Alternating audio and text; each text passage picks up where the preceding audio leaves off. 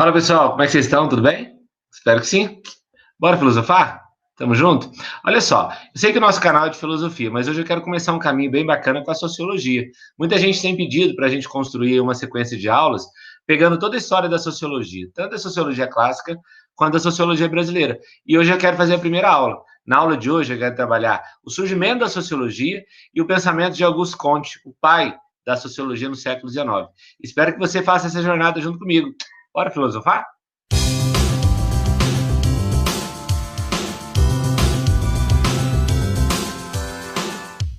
Quando a gente fala de sociologia, a sociologia ela é muito mais nova do que a filosofia, tá?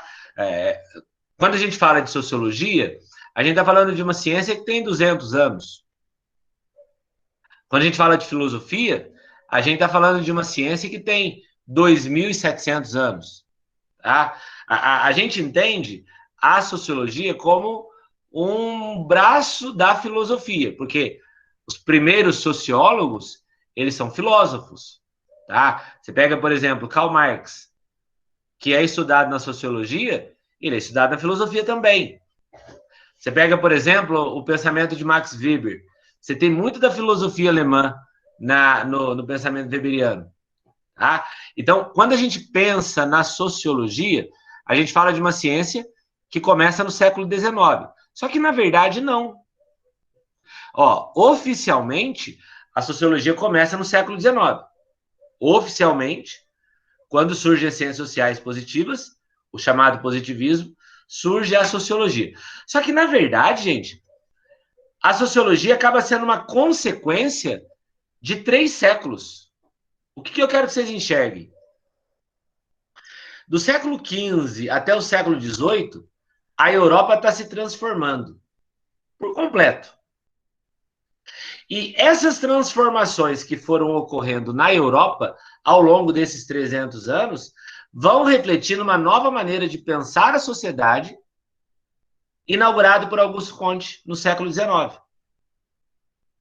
Tá? Então, embora a gente tenha as ciências sociais no XIX, ela nada mais é do que uma consequência da Revolução Científica, do Iluminismo, do racionalismo, do empirismo e de outras transformações que a sociedade está vivendo. A aula de hoje, surgimento da sociologia e o positivismo de Auguste Comte. Beleza? Vamos lá para a aula. O que é importante a gente partir, então? Quero que todo mundo parta comigo do mesmo ponto para a gente chegar no destino final, no final dessa aula. Você tem uma nova maneira de se observar a sociedade no século XIX. Tá? Só que essa maneira de se perceber e observar E quando eu falo observar a sociedade, eu estou dizendo observar as relações sociais. Como se dá essas relações ao longo do século XIX. Tá? Só que a gente só consegue perceber isso olhando os séculos XV, XVI, XVII e XVIII.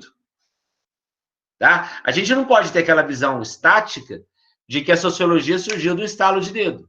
Um dia o Comte estava lá de bom humor, decidiu criar as ciências sociais. Não.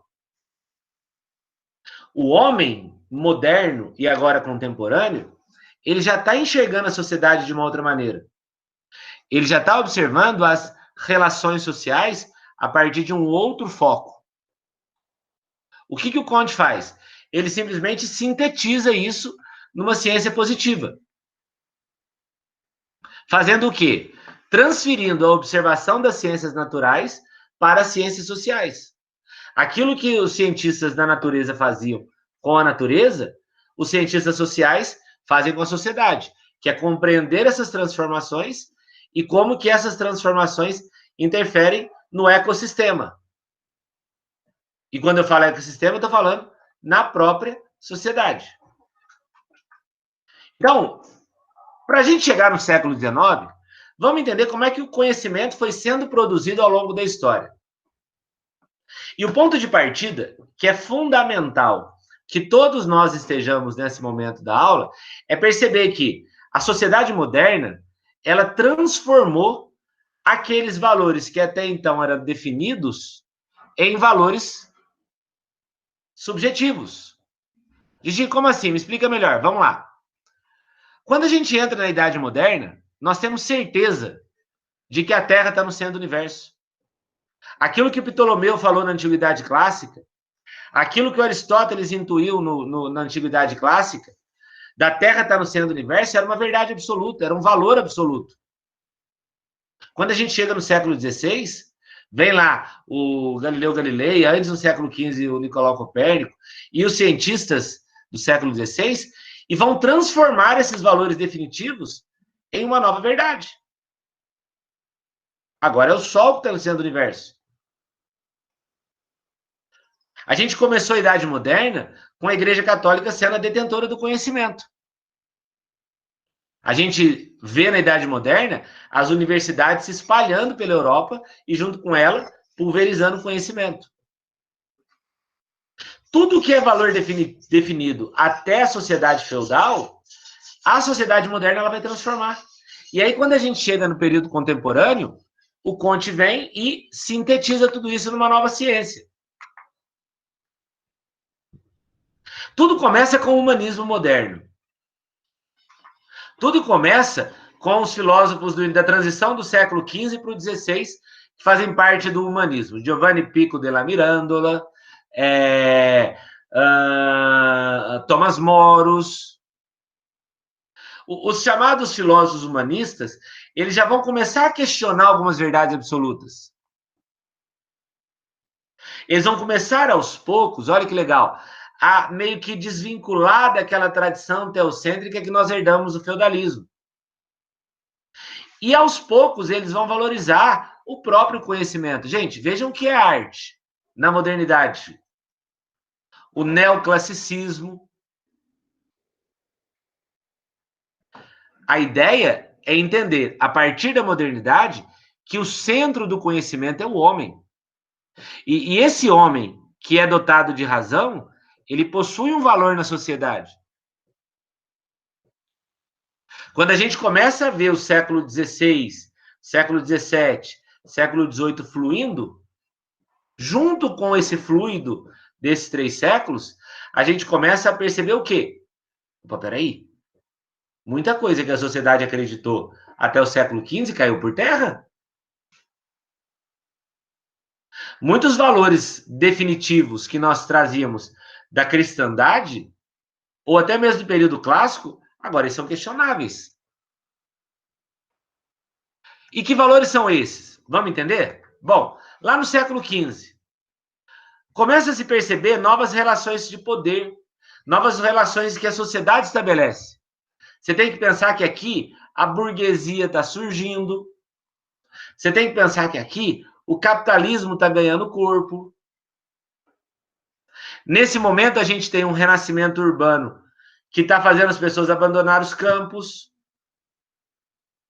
Esse período, século XV, é a transição do feudalismo que acabou lá no XIII, a crise do século XIII, para o racionalismo que está vindo com o René Descartes. E aí, novas relações de poder. A igreja já não é mais a grande senhora feudal, ela já não é mais a grande detentora do conhecimento, ela está dividindo o conhecimento e o poder com a nobreza. Uma nova classe surge para ser a detentora do capital, que é a burguesia. É um novo momento que o mundo está assistindo. Avançamos um pouco no tempo, século XVI e XVII. Você tem uma revolução científica em curso. Nicolau Copérnico, Francis Bacon, René Descartes, Giordano Bruno, Johannes Kepler, Galileu Galilei. Esses caras estão colocando abaixo tudo que se definiu como verdade de fé até então. E no momento em que isso vai sendo construído, e no momento em que isso está sendo constituído, o que vai acontecendo? O conhecimento ele vai ganhando uma nova... Peraí. E se agora, então, a gente compreendesse as relações sociais de uma outra maneira? Eu quero que vocês entendam que está surgindo aqui, gente, sementes de uma nova observação da sociedade. Que quando chegar no século XIX, essas sementes vão germinar e aí a sociologia vai nascer. O racionalismo e o empirismo estão aí trazendo uma valorização para o conhecimento humano. John Locke, Malebranche, David Hume, o próprio Francis Bacon, Blaise Pascal, Leibniz, são pensadores que estão valorizando o conhecimento humano. Bom, junto com o conhecimento, vai surgir também uma nova maneira de se observar as relações sociais. Por isso que eu falei há 10 minutos atrás para vocês. A gente não pode olhar para a sociologia como algo que começou no século XIX do nada. Não. Ela é, na verdade, um desdobrar do que já existia até então. Aí vem o século XVIII com o iluminismo, e aí, tá tudo pronto. O terreno já está pronto. Porque com o iluminismo, aquelas verdades de fé agora são deixadas de lado. O homem percebe que ele é razão. O homem percebe que ele é dotado de algo que só ele tem e que esse algo que só ele tem o dá condições de dominar as relações sociais. Você não precisa mais da igreja, você não precisa mais de grandes instituições. O próprio homem já é capaz de considerar tudo isso.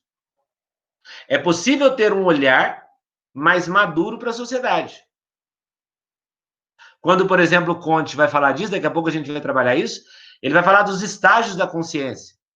Criança, jovem e adulto. E aí nós passamos a ter uma consciência positiva da sociedade. Galera, entendam. Tudo isso que está acontecendo no século XVIII serviu de base para aquilo que o século XIX vai chamar de sociologia. E aí, o que nós vamos perceber? Olha aqui, que reflexão interessante que esse sociólogo aqui, ó, o Peter Sidgwick, faz sobre o estudo da sociedade. Tá? Esse cara, ele tem uma reflexão interessante para definir o que é a sociologia. Né? Esse cara, muitas coisas desse cara são referência para o vestibular. E ele fala, olha, o que é a sociedade? A sociedade é uma combinação de instituições, modos de relações, formas de organização, normas. Essa combinação constituía um todo interrelacionado, no qual se vive determinada população humana. Sociedade é isso. Sociedade é essa relação que o homem estabelece com o meio. Sociedade é essa constituição onde os modos de relação, as instituições, as normas estabelecem a maneira do homem viver em sociedade. E a sociologia, depois desses 300 anos, vai surgir justamente para isso, para nos levar a compreender essa combinação que nós estabelecemos com as instituições, com os modos de produção, com as formas de organização e com as normas. A sociedade, na visão do Peter Sidgwick, é um todo complexo e móvel. E que nós somos parte desse todo. É complexo por quê? Porque ele é feito de várias relações. A família, o trabalho, a política. Tudo isso torna a sociedade complexa. E ela é móvel por quê? Porque ela está em constante transformação. A sociedade que o Augusto Comte refletiu no século XIX não é a sociedade que nós vemos hoje no XXI, porque ela é móvel, ela não é estática. E essa mobilidade em cada um desses grandes pensadores é compreendida de uma forma. Por exemplo, para o Comte, essa mobilidade vai levar ao progresso. Para o Marx, essa mobilidade vai levar nos conflitos. Para o Weber, essa mobilidade vai levar a uma compreensão do todo. Ela é móvel porque ela não é estática. Ela é móvel porque ela é dinâmica dentro de um todo.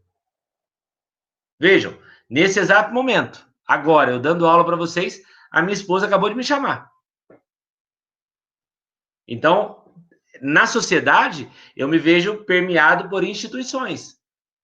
A minha esposa representa a minha família, uma instituição. Vocês, assistindo a minha aula, representam a escola, uma outra instituição. E essas instituições, elas são complexas e são móveis. Imaginando, por exemplo, que no meio da sala tivesse meu filho. Nesse tempo de aula, essa relação social é de professor e aluno. Depois é de pai e filho. Então, é tudo móvel, é tudo complexo. Onde essa mobilidade, essa complexidade se estrutura a partir de relações de poder político e econômico. Tá? São relações de poder político, porque nós vivemos em sociedade. E são relações de poder econômico, porque nós dependemos do modo de produção para nos relacionar. Toda a história da humanidade é constituída por modos de produção. A gente vai trabalhar isso logo, logo. Então, existem relações de poder político e econômico. O meu patrão exerce sobre mim um poder que não é político, é econômico. O prefeito da minha cidade exerce sobre mim um poder que não é econômico, é político. Nós vivemos em sociedade. Existe uma frase do Aristóteles que eu acho uma das frases mais geniais já produzidas pelo pensamento humano. 2.300 anos antes do surgimento da sociologia, o Aristóteles falou o seguinte, ó, quem não vive em sociedade ou é uma divindade ou é uma besta. Quem não vive em sociedade ou é uma divindade ou é uma besta. Como eu nunca vi uma divindade, considero aqueles que não vivem em sociedade bestas.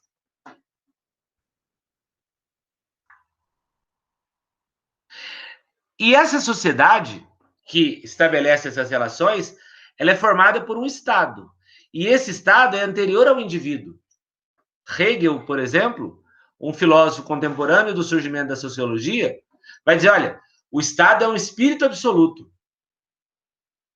que organiza, que ordena essas relações sociais.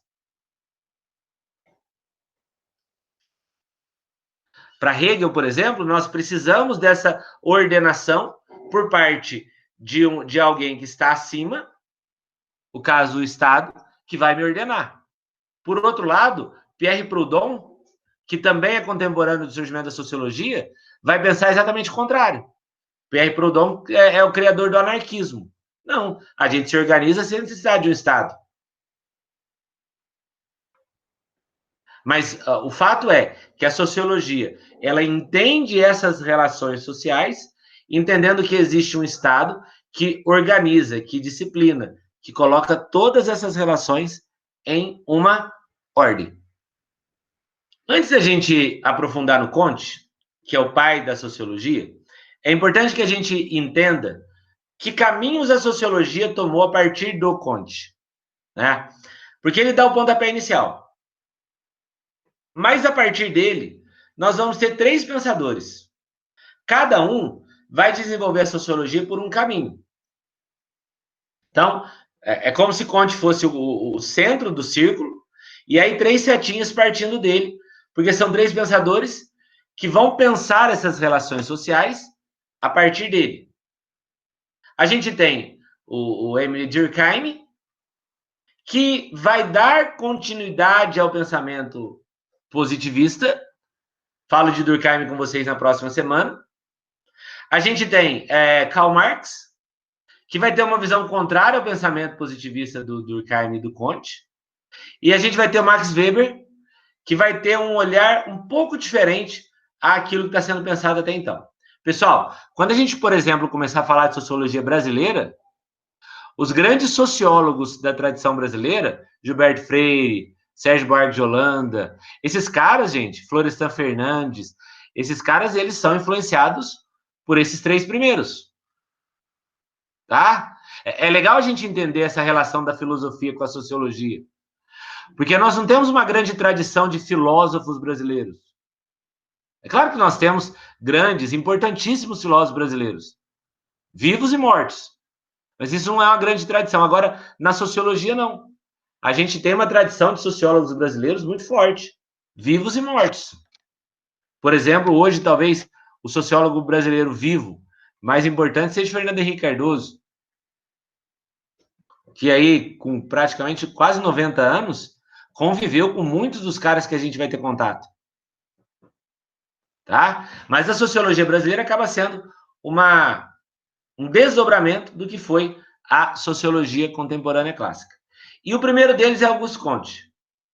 É um francês, nascido na transição do século XVIII para o XIX, viveu pouco tempo, viveu 59 anos, tá? Morreu relativamente jovem, tá? E que vai desenvolver aquilo que nós chamamos de ciência positiva. O que é a ciência positiva? O que o Comte faz é trazer para os estudos da ciência, é trazer dos estudos das ciências naturais o estudo da ciência social. Então, ele vai ter um olhar para aquilo que a física estuda, as transformações, as mudanças, e a observação que ele faz das ciências naturais, ele aplica às ciências sociais. E ao estudo das ciências sociais, ele, Auguste Comte, vai chamar de ciências positivas. E o que é essa ciência positiva? É esse olhar que ele tem sobre as relações dos indivíduos nessa sociedade. E ele vai entender que, assim como a física organiza a natureza, as ciências sociais também vão promover uma organização, não na natureza, mas na própria sociedade. Gente, a lei da física explica tudo. Se você pega lá a lei da atração gravitacional do Newton, explica a natureza. Todos os corpos atraem proporcionalmente suas massas. Se você pega lá as leis de Kepler, a primeira lei e a segunda lei de Kepler, o movimento que a Terra exerce em torno do Sol é elíptico. O Sol não está no centro da elipse. Ora, o que o Kepler fez? Ele nos ajudou a compreender a organização da natureza, pela física. Qual que é a sacada do Comte? Bom, as ciências sociais vão fazer a mesma coisa, só que não com a natureza, com a sociedade.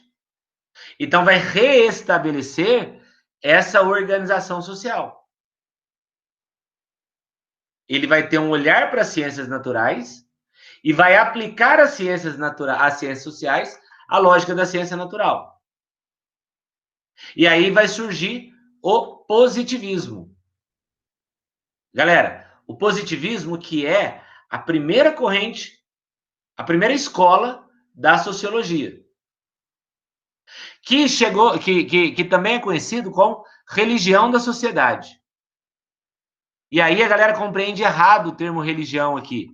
Gigi, então quer dizer que o Comte estava entendendo que o positivismo é como se fosse uma religião, como o cristianismo? Não. Gente, do latim, a palavra religião significa religare, ou seja, ligar de novo, congregar, juntar. Por que o positivismo é religare da sociedade? Porque o positivismo vai reorganizar essa sociedade em torno de uma ciência, em torno do progresso. O que o Comte está entendendo? Ele está entendendo que a sociedade ela vai caminhar para uma nova organização se ela caminhar para o progresso. Então, por exemplo, se a gente ficar pautando as explicações da sociedade na metafísica, a gente não vai atingir progresso. Então, a gente tem que romper com os valores religiosos. Se a gente basear as explicações, a compreensão da sociedade na crença, nós não vamos atingir progresso. A gente vai conseguir atingir o progresso na ciência. Nessa ciência positiva. Então a gente não pode entender que as relações sociais, elas são místicas. Eu não posso mais pautar as relações a partir de um Deus. Essa mística não tem mais espaço. Comte entende que em algum momento da sociedade, essa mística valeu. Ok. Em algum momento da sociedade, essa mística teve força. Beleza, mas agora não tem mais. Agora é a ciência. E essa ciência, ela vai ser, de alguma maneira, um corpo físico que vai reger os indivíduos, a lei e a sociedade.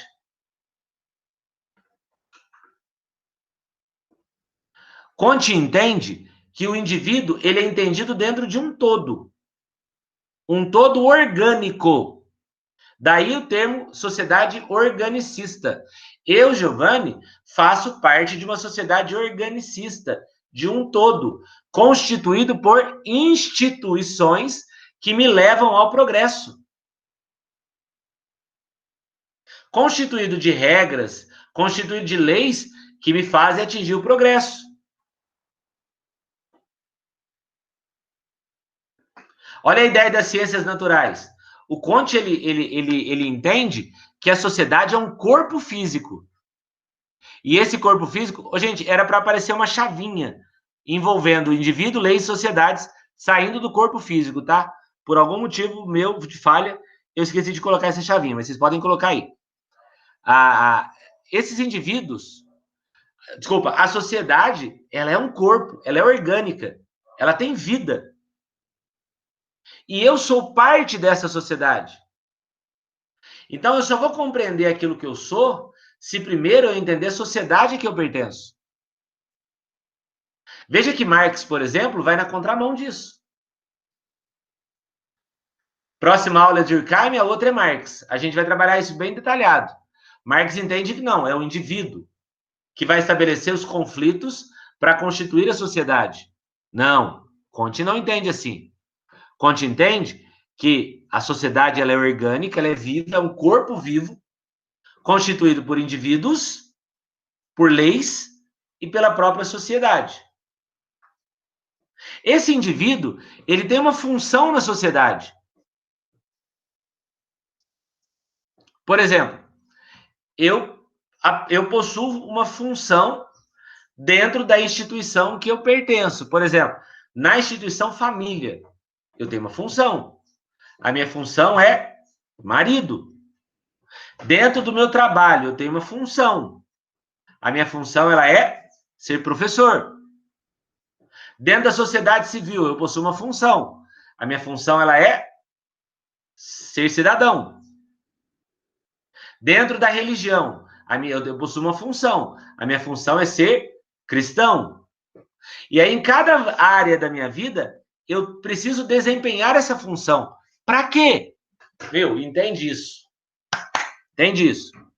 Eu preciso desempenhar a minha função, por quê? Se eu desempenho a minha função, o outro desempenha a função dele, o outro desempenha a função dele, cada um desempenhando a sua, essa sociedade vai atingir duas palavrinhas: ordem e progresso. A nossa bandeira. Se o médico compreender que a função dele não é fazer conflito, mas é ser médico. Se o professor entender que a função dele é dar aula. Se o presidente entender que a função dele é governar. E cada um compreender essa função dentro de um todo chamado corpo físico, chamado sociedade, essa sociedade vai atingir o progresso. O que o Comte está dizendo é que nós precisamos compreender que nós, como indivíduo, conduzimos a sociedade, essa relação social, a um estágio superior, chamado progresso. E esse progresso promove uma ordem. Veja que Marx, daqui a pouco a gente vai, na próxima aula a gente vai aprofundar a ideia dele, Marx entende exatamente o oposto. Eu preciso compreender que existe uma repressão sobre mim, estabelecer um conflito, uma desordem, para que a sociedade possa surgir dentro de um novo contexto. Então, entendam. Essa sociedade organicista é um corpo físico composto por, primeiro, indivíduos, que faz parte do todo. Depois, pelas leis. E as leis é aquilo que rege as relações sociais. São as leis que colocam um equilíbrio nessa sociedade. Gente, se não houver lei, esse corpo orgânico fica doente. Nós não estamos entendendo que o Comte concluiu que a sociedade é um corpo? Que ela é orgânica? Que ela é um organismo vivo? O que mantém a saúde desse organismo vivo? As leis. Uma vez que eu vivo numa sociedade sem leis, eu vou viver numa sociedade desequilibrada. Uma vez que eu vivo numa sociedade sem regras, sem um consenso moral, eu não vou atingir o progresso. Só que vejam, esse consenso moral ele não é místico. Por exemplo, esse consenso moral não vem da igreja. Esse consenso moral ele vem das próprias relações sociais estabelecidas por esses indivíduos que cumprem sua função na sociedade. Exemplo, qual é a minha função como professor? Dar aula. Eu sei que se eu não der uma boa aula, no final do ano eu serei demitido.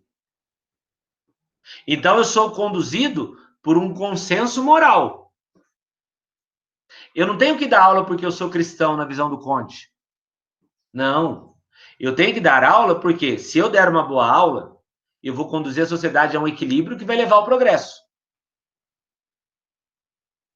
Muita gente erra questões bobas de vestibular porque acabam misturando essa ideia de consenso moral com valor religioso. Não, não é disso que o Comte está falando. Quando ele fala dessas regras que regem as relações sociais, que trazem esse equilíbrio, ele falando, olha, a própria sociedade estabelece isso entre si. O Alex, que é meu coordenador no cursinho, junto comigo, já criou esse ponto de equilíbrio. Ó, Gigi, tua aula começa às 7 da manhã, na sexta-feira. Se você começar a chegar às 7h30, você vai promover uma desordem.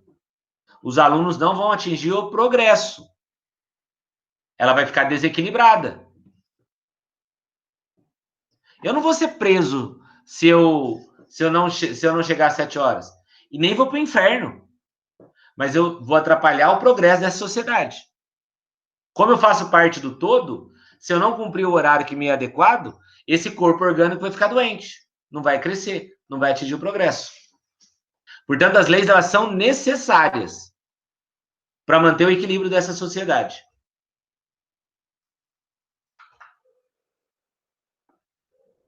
Sem essas leis, não existe nem a ideia de ordem, muito menos a ideia de progresso. Eu estou dando exemplo da escola, mas pode aplicar tudo, na sua casa. Se seus pais chegarem no seu quarto e ver que você não está estudando, há ali um desequilíbrio. Você não vai atingir o progresso. Por exemplo, lá na frente você não vai passar no teu vestibular.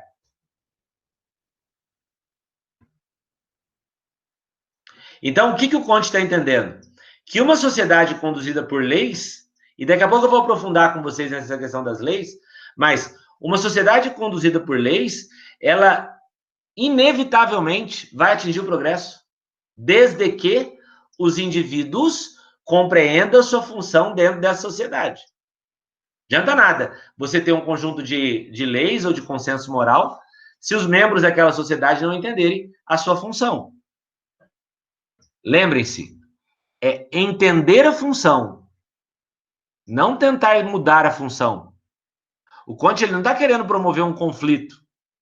Não. Ora, uma vez que eu entendi que a minha função é varrer ruas, eu preciso varrer ruas a ponto que aquela sociedade atinja a ordem e o progresso. Uma vez que eu entendi que a minha função é dar aulas, eu preciso conduzir isso. Ah, mas não é justo que alguém esteja ganhando mais do que eu. Comte não está preocupado com isso. Comte está preocupado em reorganizar essa sociedade. O religare a religião da sociedade. Ó, esse corpo físico é composto por indivíduos, por leis e pela própria sociedade. E olha que interessante, Comte é um profundo crítico da democracia. Ele entende que essa sociedade ela vai atingir a ordem e o progresso quando ela for governada por aqueles que são mais capazes. A democracia, e isso Platão já tinha falado há 2.500 anos antes. A democracia, ela vai levar uma desordem.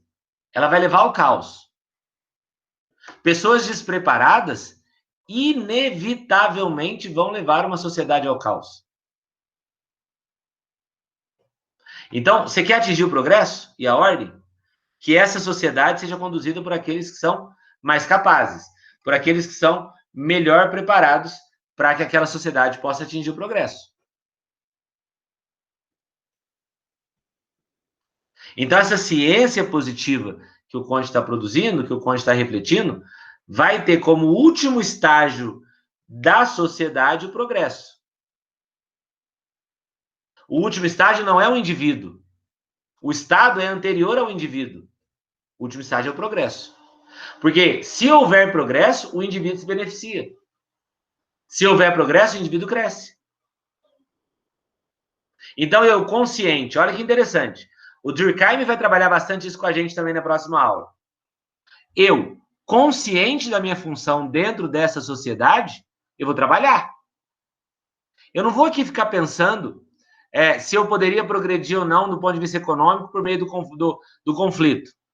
Eu vou pensar que eu vou progredir se eu cumprir a minha função. E aqueles que são mais capazes me conduzirem a este progresso. Porque as leis são essa ferramenta que vai, ao mesmo tempo, manter a sociedade de pé e vai mudar a sociedade. O Conte ele entende que existem dois tipos de leis. Primeiro, as leis elas regem a sociedade por aquilo que ele chama de teleologia. O que é a teleologia? É a compreensão da evolução e do progresso da história. Ele vai ter esse olhar teleológico à sociedade.